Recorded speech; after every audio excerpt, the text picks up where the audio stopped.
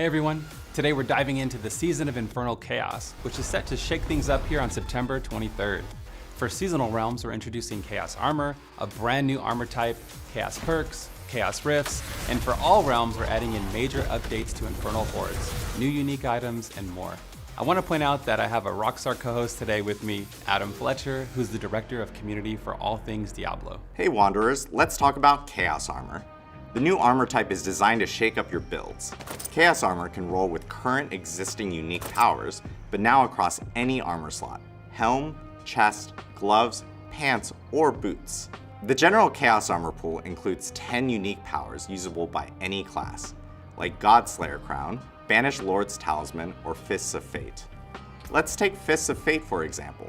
Instead of having that power on your gloves, you can now get that effect on your helm with Chaos Armor, opening up entirely new build possibilities. Let's say you get the Fists of Fate unique power on a Chaos helmet and call it Face of Fate. I won't be the one to stop you. For drop rates specifically, Chaos Armor is rarer than normal uniques, but less rare than mythics. In addition, each class has their own 13 exclusive powers. For example, Barbarians could get Mantle of Mountain's Fury or Ugly Bastard Helm. You can wear a different Chaos Armor in every slot, but identical effects or powers won't stack. This encourages creativity and experimentation. Chaos Armor can drop anywhere, but the best farming spot will be inside Infernal Hordes when taking down Bartuk.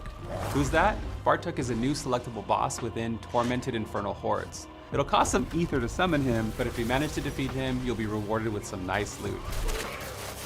Chaos Armor always drops at maximum item power and includes at least one guaranteed greater affix.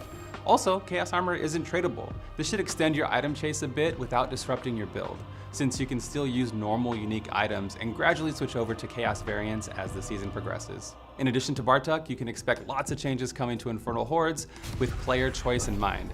Starting out immediately with Wave 1, you'll notice it doesn't start automatically anymore, and it now begins after you pick your first Infernal offering, which puts you a bit more in the driver's seat. We've done significant work on all the Infernal offerings revealed between each wave.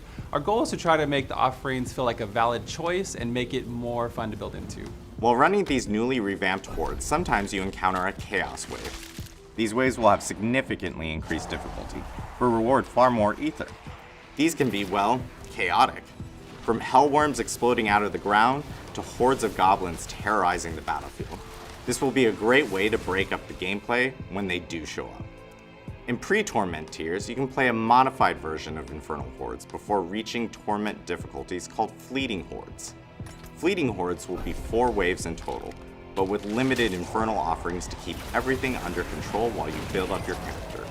Upon completing the 4 waves, you'll fight 2 Fell Council members before you can spend your hard-earned ether for more rewards.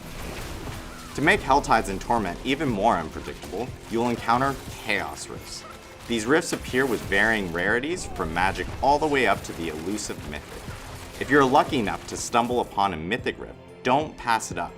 They're incredibly rare and packed with rewards.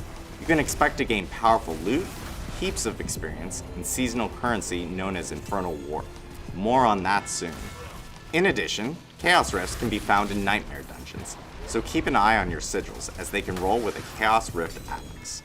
Seasonal powers this time around will be in the form of Chaos Perks. They're unique modifiers designed to shake up your gameplay, but some of them have a kiss and curse effect. These perks grant powerful benefits, but certain ones can come with a cost. For example, one perk might drastically reduce your ability cooldowns, but completely remove the effects of cooldown reduction altogether. Another supercharges your healing potion, granting attack speed, resource cost reduction, and movement speed, but now your potion comes with a long cooldown. There's even a perk that boosts your damage the lower your health gets, rewarding different playstyles. You'll power up Chaos Perks using the seasonal currency we mentioned earlier, Infernal Warp. Perks come in rarities ranging from magic to unique. You can equip up to 3 non-unique perks alongside 1 unique perk, giving you room to mix and match. Some perks are universal, while others are tailored specifically to each class. We're experimenting with these double-edged designs and can't wait to hear your feedback. Let us know which perks you feel are fun and exciting and which ones maybe missed the mark. We're adding a new unique item for each class this season. For the Barbarian, they'll receive the Saber of Sagal, which allows you to gain increased damage for each damaging skill you have equipped, plus a bonus burst of damage when you use those skills. The Druid gets the Kilt of the Blackwing, With this, ravens deal more damage, and shapeshifting or using a companion skill summons a raven to attack nearby enemies. We've already seen some really creative builds forming around this one. Necromancers can expect to see the Gospel of the Devotee. Basic skills are empowered, and hitting an enemy with a basic attack causes them to take increased damage from your other basic attacks. Rogues are getting the Orphan Maker. Basic and core skills with this weapon now reload. Reload skills deal increased damage, and every second reload skill gains double the bonus. The Sorcerers can find Galvanic Azurite. Lightning damage magnetizes enemies for 4 seconds, making them emit crackling energy and take more lightning damage.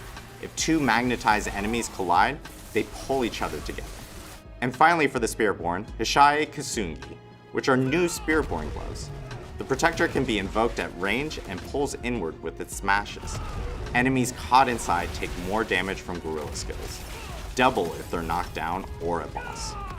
For a full breakdown of all the perks, uniques, and updates we've covered today, head over to our blog linked in the video description.